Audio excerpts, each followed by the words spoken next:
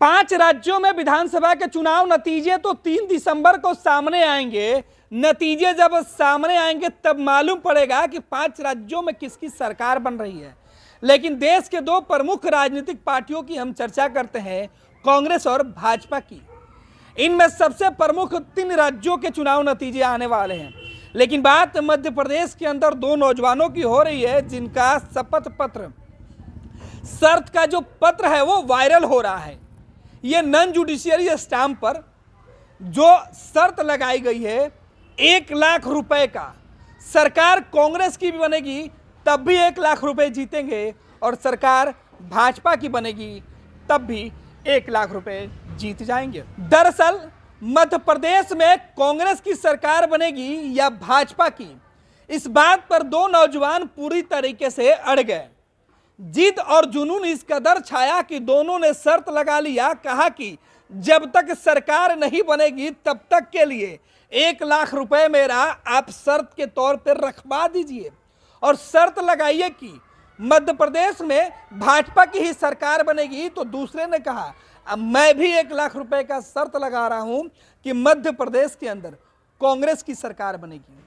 अब सोच लीजिए, जब मध्य प्रदेश के अंदर 2 नौजवानों ने शर्त लगाया कि मध्य प्रदेश के अंदर भाजपा की सरकार बनेगी या कांग्रेस की, तो देश भर के अंदर इस बात पर अब बहस छिड़ी हुई है कि क्या सच में जो भाजपा की सरकार है उसके लिए आज भी लोग 1 लाख रुपए का शर्त लगाने के लिए आगे आ रहे हैं। तो वहीं कांग्रेस के लिए भी अभी समर्थक मजबूती से खड़े हैं। दरअसल जिस बात के दावे नरेंद्र मोदी, अमित शाह लिख कर नहीं दे सकते हैं, जिस बात के दावे राहुल गांधी, प्रियंका गांधी, सोनिया गांधी, मल्लिकार्जुन खड़गे लिख के नहीं दे सकते हैं, उस बात के दावे अब शपथ पत्र के तौर पर लिखे जा रहे हैं। और ये हकीकत मध्य प्रदेश के अंदर नजर आई है।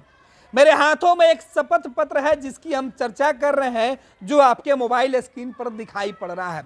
इस शपथ पत्र के अंदर 2 लोगों के बीच किए गए करार का वो शब्द है जिसमें बताया गया है कि हम अगर शर्त हार जाते हैं तो 1 लाख रुपए का जो चेक अमित पांडे नाम के जिस व्यक्ति को दिए हुए हैं उससे जीतने वाला ले लेगा। यह पूरा माजरा मध्य प्रदेश के अंदर का है, और शर्त लगाने वाले 2 व्यक्ति हैं जिनका नाम नीरज है और दूसरा धनीराम। मध्य प्रदेश के अंदर गैर जमानती न्यायिक जो पेपर होता है, नॉन जुडिशियरी पेपर, उस पर जो शर्तनामा बनवाया गया है उसकी अब हम बात कर लेते हैं। दरअसल इसमें लिखा गया है कि 22 नवंबर 2023 को 5 गवाहों के सामने यह करार हो रहा है कि धनीराम, जो कि सरपंच रहे हैं पूर्व में, और वो सुखापुर निवासी भटरडंडा के वार्ड नंबर 8 के रहने वाले हैं, और इन्होंने शर्त लगाया है कि मध्य प्रदेश में कांग्रेस की सरकार बनेगी। जबकि नीरज मालवीय जो है मध्य प्रदेश के ही रहने वाले हैं, इनका कहना है कि मध्य प्रदेश के अंदर भाजपा की सरकार बनेगी। यानी धनीलाल भलावी और नीरज के बीच जो शर्त लगी है वो ये शर्त है कि मध्य प्रदेश में भाजपा की सरकार बनेगी या फिर कांग्रेस की। आगे शर्त में जिन बातों का उल्लेख किया गया है उसकी भी चर्चा कर लेते हैं। दरअसल शर्त लगाते हुए धनीराम भलावी का कहना है कि मैं शर्त लगाता हूं कि हर हाल में मध्य प्रदेश के अंदर कांग्रेस की सरकार बनेगी, जबकि मेरे शर्त लगाने वाले दूसरे साथी नीरज मालवीय का कहना है कि मध्य प्रदेश में भाजपा की सरकार बनेगी। अगर मध्य प्रदेश में कांग्रेस की सरकार बनती है तो नीरज मालवीय मुझे यानी धनीराम को 1 लाख रुपए देंगे।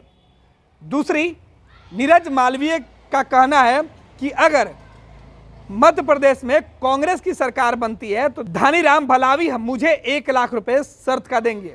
इसके लिए दोनों ही लोगों ने शर्त का 1-1 लाख रुपए का चेक काटकर अमित पांडे, जो उसी गांव के निवासी हैं, उनके पास जमा करा दिया गया है।